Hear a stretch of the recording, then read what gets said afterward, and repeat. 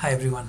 In today's video, I take up another oral exam question and give you the right length of the answer that will ideally be satisfactory for a surveyor. Now, the question asked of the candidate was list the essential contents of the Ballast Water Management Plan.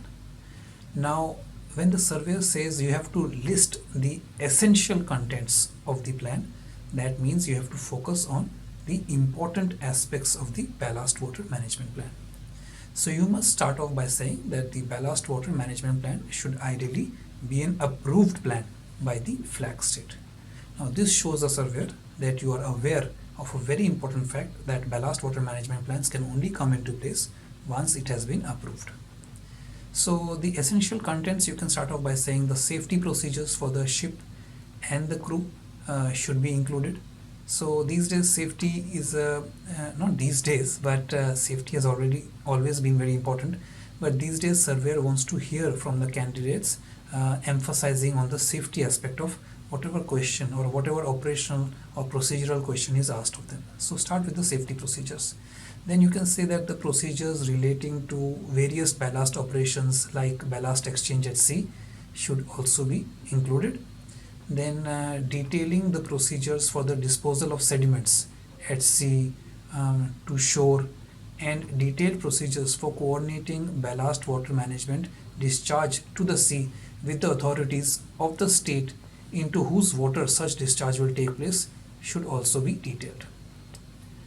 You can also mention about designating the officer on board in charge of ensuring that the plan is properly implemented and followed by everyone on board. Then you can say that you should also specify reporting requirements for ships, and this will include your record book, so ballast water record book. And then finally you can mention that the ballast water management plan must be written in the official working language of the ship.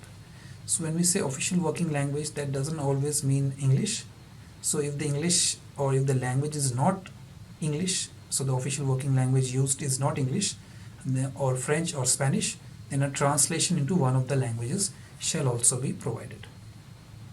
Alright, so let me just recap. Firstly, start by saying that the ballast water management plan should be approved by the flag state. Then the safety procedures for the ship and the crew should be included. Procedures relating to various ballast operations like ballast exchange at sea should be included. You must also detail the procedures for the disposal of sediments at sea, shore, including who you will coordinate with in various states. Then include the details of the designated officer on board who's in charge. Normally it's the chief officer who's in charge of ensuring that the ballast water management plan is adhered to. Then specify the reporting requirements, ballast water management record book, and finally it should be written in the working language of the ship. If it's not English, French or Spanish, then a translation should be provided. So if you list these and expand a little bit about each, as soon as you start, the surveyor will know that you have done your bit, you have studied and you know what you're talking about, and they might be very happy with your answer. Thank you for watching today's video, and I'll see you soon with my next YouTube shot.